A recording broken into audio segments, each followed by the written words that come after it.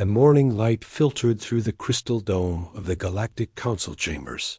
As ambassador, Jake Morrison walked down the long corridor toward the main assembly hall. His footsteps echoed softly against the polished floors that had been, worn smooth by thousands of years of diplomatic meetings. Today would be different from all the others. Today would be the last time humanity would sit at this table. Jake carried a simple data pad in his hand. The resignation letter had taken the human leadership only 3 days to write. It was short and direct, just like humans preferred their communications. No flowery language, no threats, no desperate pleas for understanding. Just facts and a clear decision. The council chamber stretched out before him like a vast amphitheater. 12 different species sat in their designated sections, each area designed to accommodate their unique physical needs. The Zephyrians with their towering blue forms occupied the highest tier. The small, quick Corvani clustered together in their heated pods. The gas-breathing Andromedans floated in their protective spheres. President Vextar stood at the central podium, his forearms gesturing as he spoke about the latest trade dispute between the mining guilds and the transport unions. The same old arguments that had been going on for decades. The same old solutions that satisfied no one and fixed nothing. Jake waited patiently in the human section. Around him sat the other human representatives. Captain Lisa Bennett from the Exploration Division checked her wrist communicator for updates. From the frontier fleets, Dr. Elena Rodriguez reviewed medical reports from the outer colonies. Commander Rick Santos monitored the security feeds from across council space. None of them showed any emotion. They had learned long ago that displays of human passion only made the other species more suspicious of their motives. Humans felt too. Much thought too fast, changed too quickly for the ancient civilizations that made up the council. When President Vextar finally called for new business, Jake stood up. The chamber fell quiet for a moment. Humans rarely spoke during council sessions anymore. Their suggestions were usually voted down before they could finish explaining them. Jake walked to the speaking platform and placed his datapad on the lectern. He looked out at the assembled representatives and spoke in the clear, calm voice that had served him well during his 15 years as ambassador. President Vextar, honored representatives, I come before you today to formally submit humanity's resignation from the Galactic Council, effective immediately. The silence that followed was complete. Even the background hum of the environmental system seemed to pause. Jake activated his datapad, and the resignation letter appeared on every screen in the chamber. The document contains our formal withdrawal from all council treaties, trade agreements, and cooperative ventures. We thank the council for the opportunity to participate in galactic governance for the past 3 centuries. We wish you well in your future endeavors. President Vextar's purple skin shifted to a darker shade, indicating confusion or surprise. Ambassador Morrison, surely this is some kind of negotiating tactic. What demands do you wish to present? Jake shook his head. No demands, Mr. President. No conditions. No negotiations.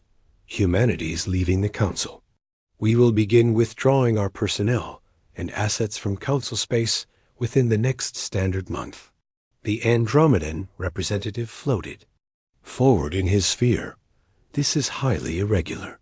Species do not simply leave the council. There are procedures, committees, review periods, all of which we have studied carefully, Jake replied. According to Section 47 of the Founding Charter, any member species may withdraw upon formal notification. No approval is required. Number. Review period is mandated. Counselor Hess of the Crystal Alliance rose from her seat. But why? Humans have been valuable contributors to council activities. Your trade volume alone represents significant economic activity. Jake looked at the datapad again, though he had memorized every word of the letter. For 300 years, Humanity has proposed reforms to make the Council more efficient and more fair. We have suggested new technologies to improve communication and transportation. We have offered medical advances to help all species live better lives. In that time, 847 human proposals have been submitted to this body. 7 have been approved. All 7 were minor administrative changes. The chamber stirred with uncomfortable murmurs. The representatives were not used to being presented with such specific numbers about their own voting records. We have concluded that our vision for galactic cooperation is incompatible with the Council's traditional approach. Rather than continue to waste everyone's time, we have decided to pursue our goals independently. President Vextar's 4 arms spread wide in a gesture of confusion. But surely we can discuss this. Find a compromise. Perhaps establish a special committee to review human proposals more carefully. Jake allowed himself a small smile.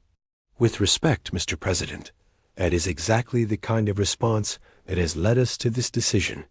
You want to form a committee to study the problem of why we form too many committees. A few species representatives began talking among themselves. The Corvani delegation seemed particularly agitated, their small forms moving rapidly in their heated pod. The Zephyrians maintained their usual stoic silence, but their skin color had shifted to the pale blue that indicated deep thought. Commander Rick Santos approached the platform and handed Jake a small device.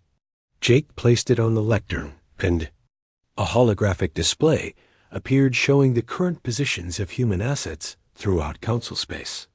This display shows the location of all human diplomatic missions, research stations, commercial facilities, and exploration vessels within Council territory. As you can see, we have already begun the withdrawal process. Our ships are returning to human space in an orderly fashion. We expect to complete the process within 6 standard months. Dr. Elena Rodriguez stepped forward next. All medical research data collected through Council-sponsored programs will be transferred to our replacements. All ongoing projects will be completed or handed over to other species as appropriate. We will not leave any critical work unfinished. The Andromedan representative sphere glowed brighter, indicating excitement or agitation. This is absurd. You cannot simply abandon centuries of collaborative effort.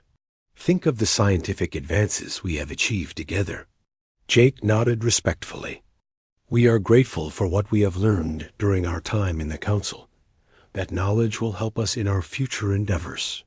We hope the Council will continue to advance science and cooperation among the remaining member species. President Vextar tried one more time. Ambassador Morrison, I ask you to reconsider. Perhaps we have not always appreciated human contributions as much as we should have. There may be room for reform. Jake gathered his datapad and stepped back from the lectern. Mr. President, humanity does not make decisions lightly. This withdrawal has been discussed and debated among our people for over 50 years. The decision is final. He turned to address the full chamber one last time. We harbor no ill will toward any species represented here. We simply believe it is time for us to find our own path forward. We wish the Council success in all its future endeavors. As Jake walked back toward the human section, the chamber erupted in confused chatter. Species representatives demanded explanations, suggested emergency sessions, proposed special investigations. But the humans were already gathering their materials and heading for the exit. Within an hour, the human section of the Council chamber stood empty for the first time in 3 centuries. The cleaning staff found only a small potted plant on Ambassador Morrison's desk with a note attached. Thank you for the opportunity to serve. By the end of the day, the news had spread throughout Council space. Humanity was leaving, and they were taking everything with them. 2 years had passed since the humans walked away from the Galactic Council, and Trade Minister Kelvox of the Zephyrian Empire stared at the reports on his desk with growing concern. the numbers did not make sense anymore. Shipping costs had increased by 30% across all major trade routes. Delivery times had doubled for most commercial goods. Supply chains that had worked smoothly for decades were now breaking down regularly. The problem was not obvious at first. When the humans left, the Council had celebrated their return to traditional methods. The ancient species had managed galactic commerce for thousands of years before humans arrived with their strange ideas about efficiency and optimization. They could certainly handle things without human interference, but the humans had been quietly managing more than anyone realized. Captain Dan Miller had overseen the Central Shipping Coordination Office, a small department that most council members barely knew existed. He had developed computer programs that tracked thousands of cargo ships across hundreds of star systems. His algorithms calculated the fastest routes, predicted weather patterns, and scheduled maintenance stops to keep the ships running smoothly. When Captain Miller left with the other humans, the Corvani took over the shipping office. They were good administrators, careful and methodical in their approach, but they did not understand the complex programs that Miller had created. The computer systems were too advanced, and the documentation was written in human technical language. That did not translate well. Within 6 months, cargo ships were taking longer routes that burned more fuel. Captains who had relied on human traffic control for years suddenly had to make their own decisions about which space lanes to use. Many chose the safest paths rather than the fastest ones. Others followed outdated charts that did not account for new asteroid fields or solar storm patterns. The Andromedans were the first to complain. Their gas harvesting stations in the nebula sector had always received regular supply shipments of food and equipment from the inner worlds.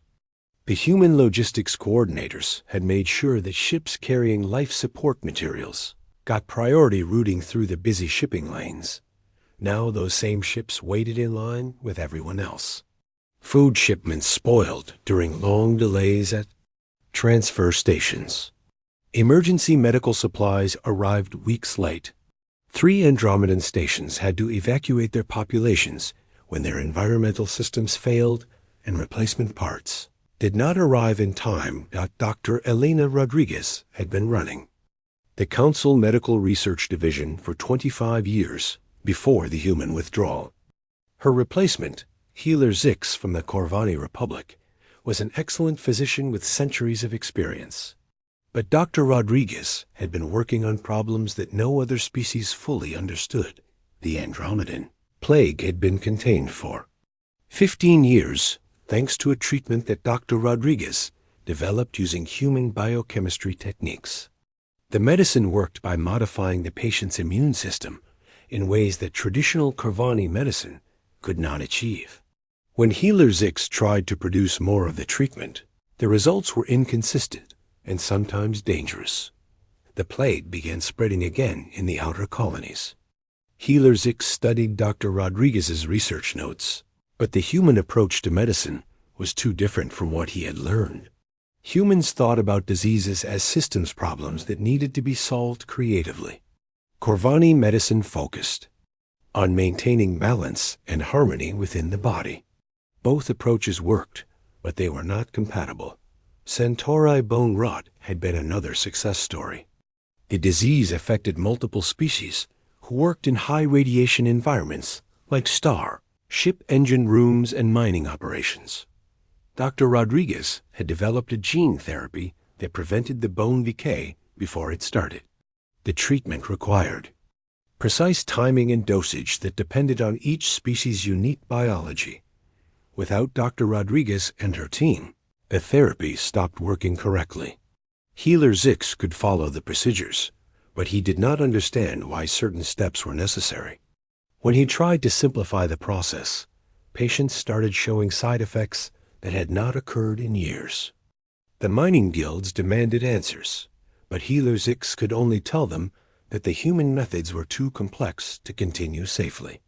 Commander Rick Santos had been responsible for the Council Defense Network, a system of early warning sensors, and communication relays that protected civilian ships from pirate attacks. The network covered over 200 star systems and required constant maintenance and updates to remain effective. Santos had spent decades learning how different pirate groups operated. He knew their preferred hiding spots, their typical attack patterns, and the technologies they used to avoid detection. His team had developed predictive software that could forecast where pirates were most likely to strike next, allowing patrol ships to be positioned in the right places at the right times. The Zephyrian military took over the defense network after Santos left. They were experienced warriors with a proud tradition of protecting council space. But they approached the piracy problem like a conventional military threat. They stationed patrol ships at important locations and responded to attacks after they happened. The pirates quickly adapted to the new defensive strategy. They began attacking smaller, less protected targets that the Zephyrians considered unimportant. Merchant ships traveling through remote systems found themselves without protection. Independent freighter captains started hiring expensive private security or avoiding certain routes entirely. Pirate attacks increased by 400% in the first year after the human withdrawal. The Zephyrian patrols were always one step behind, arriving at attack sites to find empty space and debris. The pirates had learned to hit fast and disappear before help could arrive. Trade, Minister Kelvox's own empire, was suffering more than most. The Zephyrians had built their economy around exporting rare crystals that grew in their home system's unique environment. The crystals were used in high-end electronics and luxury items throughout council space. For decades, human corporations had been the primary buyers of Zephyrian crystals. Human technology companies needed the crystals for their advanced computer systems and communication devices. Human artists used them to create beautiful decorative objects that sold well in the wealthy core worlds. When the humans left, they took their purchasing power with them. Other species bought some crystals, but nowhere near the quantities that humans had purchased. The crystal market collapsed within 18 months. Prices dropped by 70%, making crystal mining unprofitable on 3 major Zephyrian colony worlds. Thousands of Zephyrian workers lost their jobs. Entire communities that had been built around crystal mining faced economic collapse. The colonial governors sent desperate messages to the imperial capital, but Trade Minister Kelvox had no good answers for them. President Vexstar called emergency council sessions to address the growing problems. But the meetings only revealed how much the member species disagreed with each other. The Andromedans wanted immediate action to restore their supply chains. The Corvani insisted that patience and traditional methods would eventually solve the medical crisis. The Zephyrians demanded trade subsidies to support their struggling crystal industry. Each species blamed the others for becoming too dependent on human solutions. None of them wanted to admit that they needed the humans back. The Council had operated successfully for thousands of years before humanity joined, and they would find a way to succeed again. But as the second year of human absence drew to a close, the cracks in Council civilization were becoming harder to ignore. The careful balance that had held galactic society together was beginning to fail, and no one seemed to know how to fix it. The emergency alarm in the central communications hub had been blaring for 3 straight hours when Chief Engineer Vorthik finally admitted that he had no idea how to fix the problem. The Outer Rim communications array was dying, and with it, the ability for 50-star systems to talk to each other across the vast distances of space. The array had been humanity's gift to the Council 15 years ago. Engineer Maya Phillips had designed the entire network during a period when communication blackouts were causing serious problems for trade and military coordination. The old quantum relay system worked well enough for nearby systems, but signals took too long to reach the frontier colonies where mining operations and exploration teams needed constant contact with civilization. Maya had proposed something revolutionary.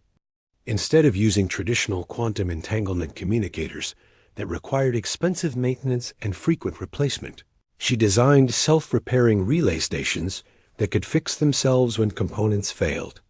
The stations used adaptive algorithms that learned from each breakdown and automatically ordered replacement parts from the nearest supply depot. The system had worked perfectly for over a decade. Communication delays dropped from days to minutes.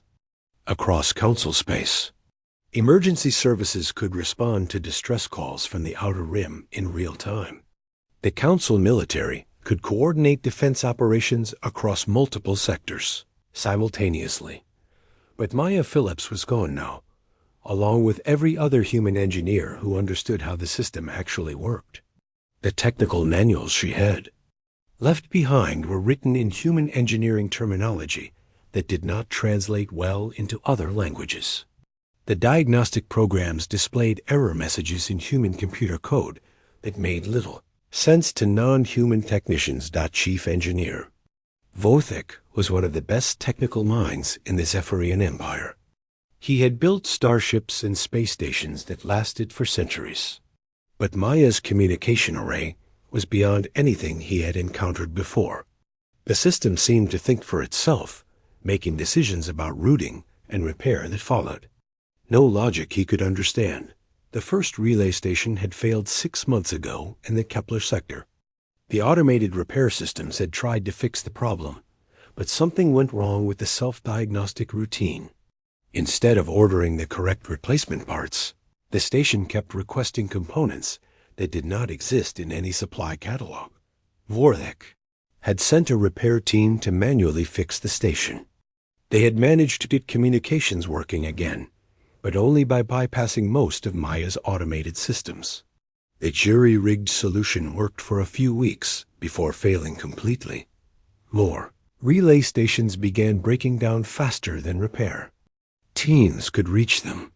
Each failure made the remaining stations work harder to maintain network coverage, which caused them to burn out even more quickly. The cascade effect that Maya had designed her system to prevent was happening anyway, but in reverse. Captain Alex Turner had revolutionized space travel with his modifications to standard warp drive technology. Traditional warp engines were reliable, but slow, allowing ships to travel between nearby star systems in a few days or weeks.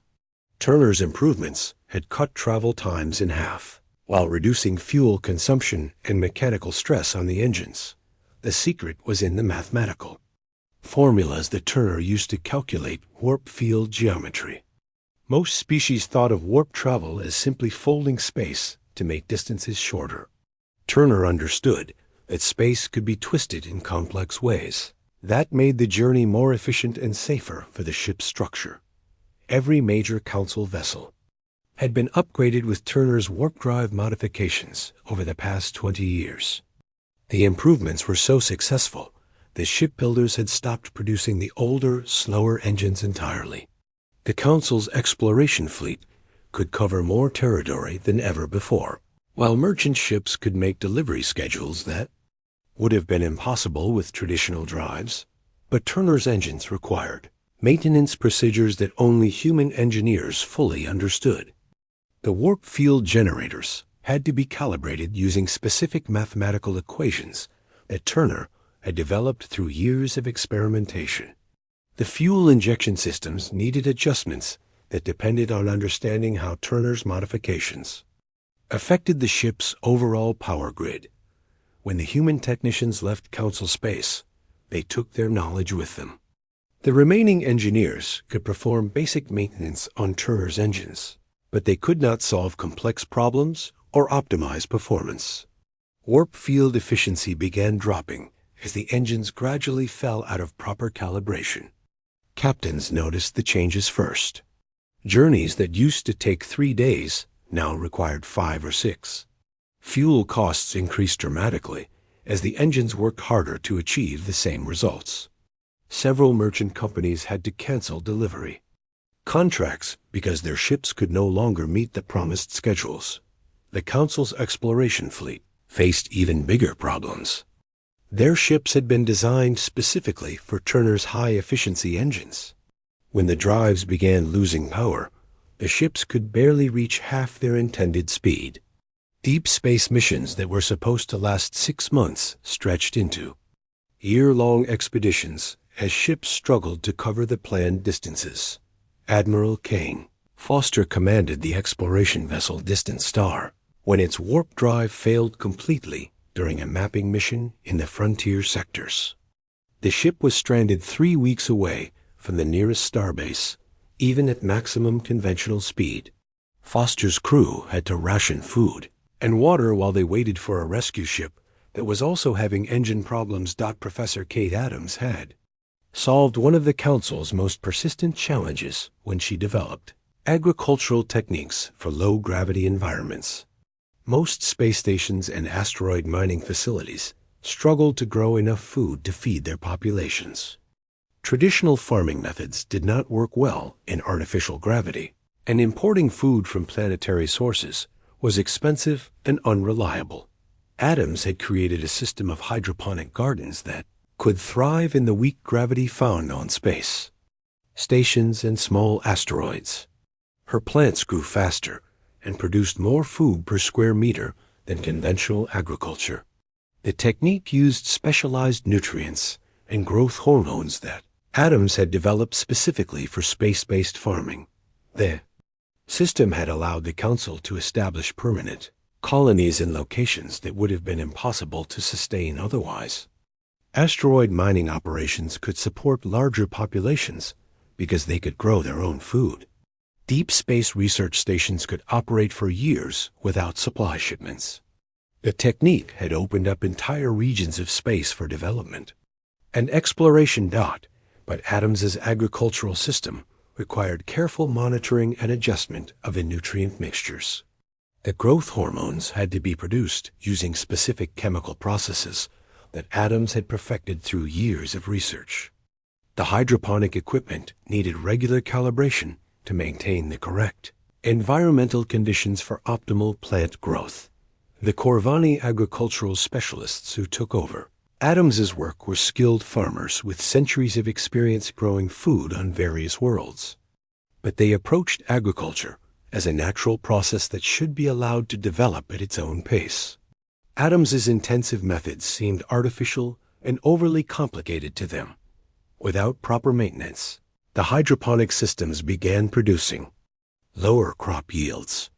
The specialized nutrients ran out and could not be replaced because the Corvani did not understand the exact chemical formulas that Adams had developed. The growth hormones lost their effectiveness as the production facilities fell into disrepair. Food shortages began appearing on mining stations and research outposts throughout Council space. Populations that had grown to depend on locally produced food suddenly found themselves competing for limited supplies imported from the inner worlds. Several facilities had to reduce their staff levels because they could not feed everyone. President Vextar convened emergency sessions of the full Council, but the meetings only highlighted how helpless the member species had become. Each representative brought reports of failures and breakdowns in their territories. Everyone demanded immediate solutions, but no one had answers that actually worked. The Andromedans suggested hiring non-Council species to provide technical support, but most advanced civilizations were already allied with humanity's new federation. The Zephyrians proposed massive spending increases to fund research into replacement technologies, but their economy was still struggling from the collapse of the crystal trade. The Council was discovering that 300 years of human participation had changed galactic civilization in ways that could not be easily undone. The humans had not just provided services and technologies. They had become the nervous system that connected everything together and made it work smoothly. Without that nervous system, the body of Council civilization was slowly shutting down. President Vextar stood before the largest star map in the Council archives, staring at the vast empty regions beyond their territory borders. 8 years had passed since humanity left, and the Council's problems had grown from annoying inconveniences to civilization-threatening disasters. The time for pride had ended. They needed to find the humans and somehow convince them to return. The Council had authorized the largest search operation in galactic history. Every available exploration ship had been sent out to scan the frontier, regions where humanity might have established new colonies. The mission was desperate and expensive, but the alternative was watching their entire civilization slowly collapse. Scout Captain Daniel Cooper received his assignment to search the void sectors, a region of space that most species considered uninhabitable. The area contained few star systems, and those that existed were either too hot, too cold, or too dangerous for normal colonization. Cooper thought it was unlikely that humans would choose such a harsh environment, but orders were orders. Cooper found in the first system changed everything he thought he knew about human capabilities. Orbiting a neutron star that should have killed any living thing within 1,000,000 kilometers, he discovered a massive human installation harvesting exotic matter from the star's magnetic field. The station was larger than anything in Council space and appeared to be thriving in conditions that would destroy conventional technology. Cooper's instruments detected ships moving in and out of the installation using propulsion systems that his sensors could not identify. The vessels moved faster than anything in the Council fleet and seemed unaffected by the neutron star's deadly radiation. When Cooper tried to approach for a closer look, his ship's safety systems forced him to retreat before the radiation could damage his equipment. Admiral Coran White had been tasked with searching the spiral, armed regions where ancient civilizations had once lived before mysterious disasters destroyed their worlds. The Council had avoided these areas for thousands of years because of dangerous spatial anomalies and unstable star systems that made travel extremely risky. White's exploration fleet found evidence of human presence throughout the entire region. They had established colonies on worlds that the Council had written off as uninhabitable. More impressive, they had somehow stabilized the spatial anomalies that made the region so dangerous. Ships could now travel safely through areas where Council vessels had been destroyed by gravitational storms and quantum distortions. The human colonies in the spiral arm were unlike anything White had ever seen. They had built cities that floated in the atmospheres of gas giant planets, using technology that allowed them to extract resources directly from the planetary atmosphere. Underwater cities on ocean worlds harvested minerals from the sea floor while providing comfortable living spaces for millions of humans. Most shocking of all, White discovered that humans had made contact with the remnant species, ancient civilizations, that the Council believed had been extinct for millennia. These species had been hiding in the dangerous regions of space, avoiding contact with the Council because of bad experiences in the distant past. The humans had somehow convinced them to emerge from isolation and join new alliances. Lieutenant Ben Harris was assigned to investigate reports of human activity in the black hole systems, regions that the Council considered completely uninhabitable because of the extreme gravitational forces and radiation levels. Harris expected to find nothing but empty space and debris from failed exploration attempts. Instead, he discovered human installations orbiting black holes and using their gravitational fields as power sources. The humans had built massive orbital rings around the black holes that somehow converted gravitational energy into usable power. The energy output from a single installation was greater than the entire power grid of most Council worlds. Harris watched in amazement as human ships used the black hole's gravity wells to achieve incredible speeds. They would dive toward the black hole's event horizon and then use the gravitational slingshot effect to launch themselves across vast distances of space in a fraction of the time it would take conventional ships. The technique was so dangerous that Harris could not understand how they survived the process. The humans had also learned to mine exotic materials from the accretion disks around black holes. These materials had properties that made them incredibly valuable for advanced technologies, but harvesting them required flying through radiation fields that would kill most known species instantly. Somehow, the humans had developed protection systems that allowed them to work safely in these deadly environments. Captain Sue Miller led the search mission to the frontier edge, the boundary region between known space and the unexplored galaxy. Beyond, Miller expected to find small human outposts and maybe some experimental colonies, trying to push further into unknown territory. What she found was a thriving human civilization that had already mapped and colonized star systems hundreds of light years beyond anything the Council had ever reached. The humans had established trade routes with alien species that the Council did not even know existed. They had built massive space stations that served as meeting points for dozens of different civilizations. Miller's instruments detected technologies that were generations ahead of anything in Council space. Human ships were using faster-than-light communication systems that made Council quantum relays look primitive. Their defensive systems could apparently protect entire star systems from attack. Most impressive, they had developed terraforming technology that could convert dead worlds into garden planets in just a few decades.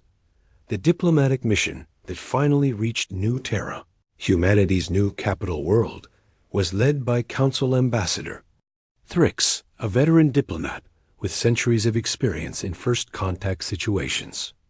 Thrix had negotiated treaties with dozens of species and handled some of the most complex diplomatic challenges in Council history. Nothing had prepared him for what he found on New Terra. The planet was beautiful beyond description, with floating cities connected by bridges of light and parks that stretched for hundreds of kilometers. The human population appeared to be in the billions, far larger than their numbers when they left Council space. Director Sam Mitchell met the Council delegation at the orbital station above New Terra. Mitchell was polite and professional, but his message was clear from the beginning. Humanity had moved beyond their relationship with the Council. They had found better partners and better opportunities among the younger species of the galaxy. Mitchell explained that humanity now led the Free Worlds Federation, an alliance of over 40 species that operated on principles of mutual respect and shared advancement. Unlike the Council's rigid hierarchy, the Federation made decisions through cooperation and consensus. Member species were encouraged to contribute their unique strengths while learning from others. The Federation's territory already covered more space than the Council controlled, and it was growing rapidly as more species chose to join. The humans had shared their technologies freely with Federation members, creating a level of prosperity and advancement that made Council space look backward and stagnant. Ambassador Thrix tried to negotiate some kind of agreement that would bring humanity back into the Council fold. He offered trade deals, technology sharing arrangements, and even a permanent seat on the Council's ruling committee. Mitchell listened politely to every proposal and then quietly declined them all. The humans were not angry with the Council. Mitchell explained they held no grudges about their treatment during their 3 centuries of membership. They had simply outgrown the need for the Council's approval and moved on to bigger and better things. When Thrix asked if there was anything the Council could offer to change humanity's mind, Mitchell smiled sadly and shook his head. The galaxy had moved forward, he said, and the Council was welcome to join the new age of cooperation and advancement. But humanity would not be returning to the old ways of doing things. The search mission had found humanity, but the discovery only made the Council's situation more hopeless. The humans had not just survived their departure from Council space. They had built something far better than what they had left behind. 10 years had passed since humanity walked quietly out of the Galactic Council chambers, and President Vextar sat alone in his office, preparing his final address to a civilization that was slowly dying around him. The reports on his desk painted a picture of complete systemic collapse. 3 member species had formally withdrawn from the Council to focus on their own survival.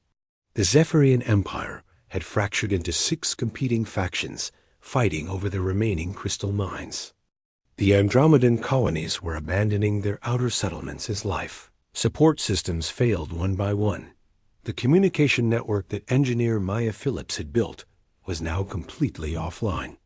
Most star systems in Council space could only talk to their immediate neighbors, if they could communicate at all.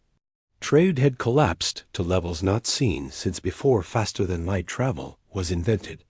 Ships took months to travel distances that used to require days, assuming their aging warp drives did not break down completely during the journey. President Vextar activated the recording system and began speaking to an audience that might never receive his message. His words would be broadcast on the few remaining communication relays, but he knew that many worlds would not hear them for weeks or months, if ever.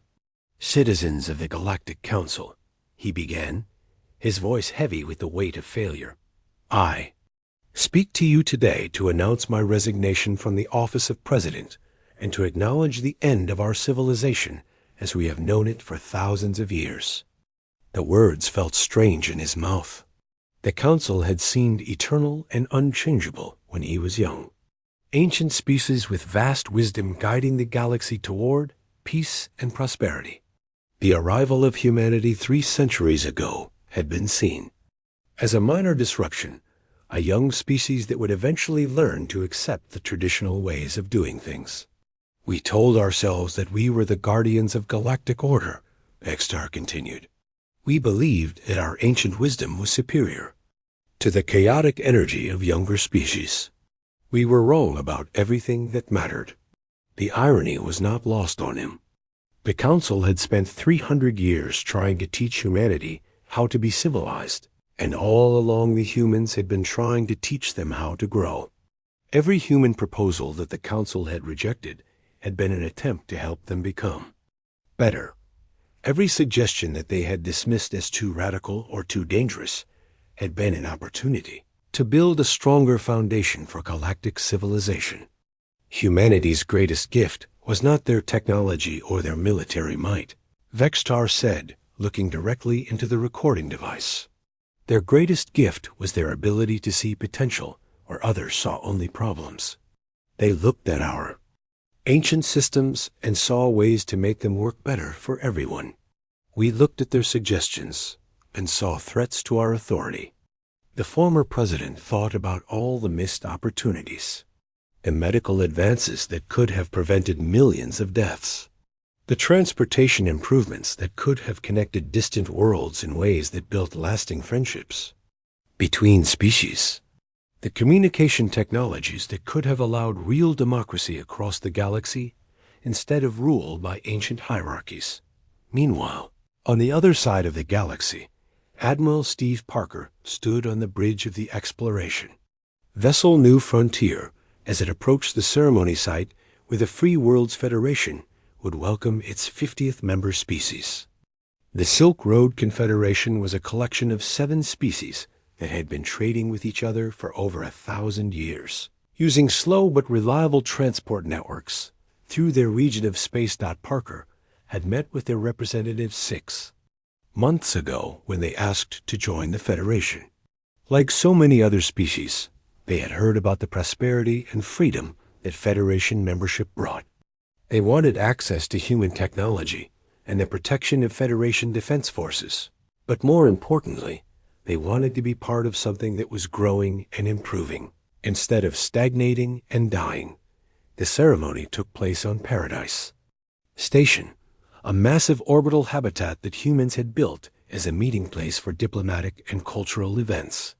The station could accommodate representatives from dozens of different species in comfortable environments designed for their specific needs. Gardens from 100 different worlds provided beauty and variety that made every visit feel like a celebration. Federation President Mary Kim, the former human ambassador to the Outer Rim territories, conducted the welcoming ceremony with representatives from all 49 existing member species. The event was broadcast live across Federation space using communication networks that made messages travel instantly across thousands of light years Dr. Nancy. Brooks had established medical centers throughout Federation territory that provided free health care to any species that needed it. Her research teams had developed treatments for diseases that affected multiple species and created medical technologies that could adapt to the unique biology of each patient. The centers had become symbols of what the Federation represented: cooperation, advancement, and genuine care for the well-being of all living beings. Captain Tony Roberts commanded the patrol fleet that protected Federation trade routes from the piracy and raiding that had become common in Council space. His ships used defensive technologies that could disable attacking vessels without destroying them, capturing the crews alive so they could be offered rehabilitation and job training instead of punishment. Many former pirates had chosen to join Federation society after experiencing how differently they were treated compared to the harsh justice systems used by other civilizations. Roberts had several former raiders working on his own crew, contributing their knowledge of criminal networks to help protect innocent travelers. The Federation's approach to everything was fundamentally different from the Council's methods, where the Council created rigid rules that never changed. The Federation encouraged experimentation and improvement. Where the Council punished failure, the Federation learned from mistakes and tried again. Where the Council maintained separation between species, the Federation celebrated diversity and encouraged cultural exchange. Professor Lisa Chong had developed educational programs that were available to every Federation citizen, regardless of their species or background. The programs used advanced learning technologies that could adapt to different types of intelligence and learning styles. A gas-breathing Andromedan could learn mathematics alongside a crystal-based Zephyrian and a plant-like Corvani, each receiving instruction in the format that worked best for their unique minds. The education system had produced a generation of young beings who thought of themselves as Federation citizens first and members of their birth species second. They grew up speaking multiple languages, understanding different cultures, and working together on projects that benefited everyone. Back in Council space, the few remaining government officials struggled to maintain basic services for their shrinking populations. Young beings from every species were leaving for Federation territory as soon as they were old enough to travel. They wanted opportunities to learn, grow, and contribute to something larger than themselves. The Council worlds were becoming populated mainly by older beings who were too set in their ways to adapt to change. They maintained the old traditions and told each other stories about the glorious past, when their species ruled vast territories and commanded respect throughout the galaxy. But even the most stubborn traditionalists could not ignore the reports that came from travelers who had visited Federation space. They spoke of worlds where different species lived together in harmony, of technologies that seemed like magic, of abundance and prosperity that made even the richest Council worlds look poor by comparison. President Vextar concluded his final address by acknowledging the truth that the Council had been too proud to accept for 10 years. "We thought we were teaching humanity how to be civilized," he said, "but they were trying to teach us how to be human, how to grow, how to change, how to build something better than what came before." The stars themselves seemed to whisper the lesson that the Council had learned too late. In a universe full of ancient civilizations that had stopped growing long ago, sometimes the youngest voice speaks the wisest words. Sometimes the newest ideas are actually the oldest truths that everyone else had forgotten. Humanity had not conquered a galaxy through force or cunning. They had simply shown a better way to live, and the galaxy had chosen to follow them into a future that the Council could only watch from the outside of history they had refused to help write.